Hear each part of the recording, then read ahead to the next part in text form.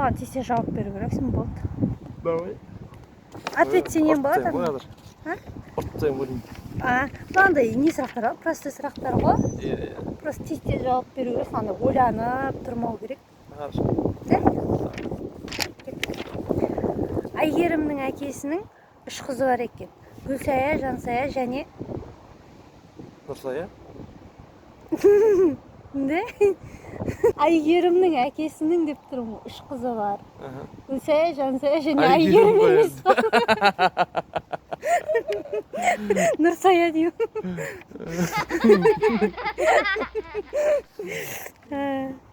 Так, қазір. Екінші, ол саған тиесілі негізі. Бірақ сенен қарағанда басқа адамдар оны көп қолданады. Негізі маған тиесілі, менің есімім ғой? Дұрыс. Қош апалақтап қояқ. Келесі сұрақ. Тауық. Өзін құстар қатарына қосып, құс ретінде санай ала ма, өзін құспын деп айта ала ма? Тауық айта алмайды ғой, сөйлей алмайды ғой. Мада дейсің?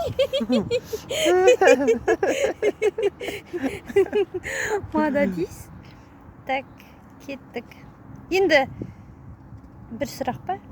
Жабық көзбен не көре аласың? Ештеңе көре алмайсың. Дың! Түс көре аласың. Дың! Ұйықтап атқанда не көре аласың айтшы, жабық көзбен деп жағдың. Үйті айтсын, тұра жүріп қоясың ғой. Енді соң... Неге? Күле бер. Күлмейді. Өте күлкілі сұрақ қой. Білем. Рахмет. Ұйымдастырған мен шынар қарынтай. Енді соңғы сұрақ. Мысалға мен айтам, бір бұқадан 5 литр сүт шықса, 5 бұқадан қанша литр сүт шығады?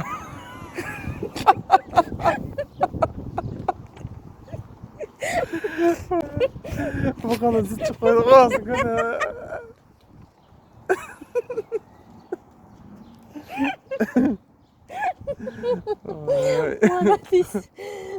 Бір қошқардан неше қос шат деген сияқты қылайды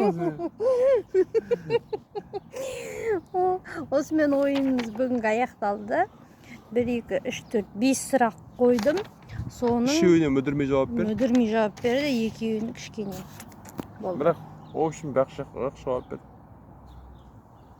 Ну, выше среднего. Выше. Еще выше, еще выше. Прошу, танцуй со мной, девушка из Парижа.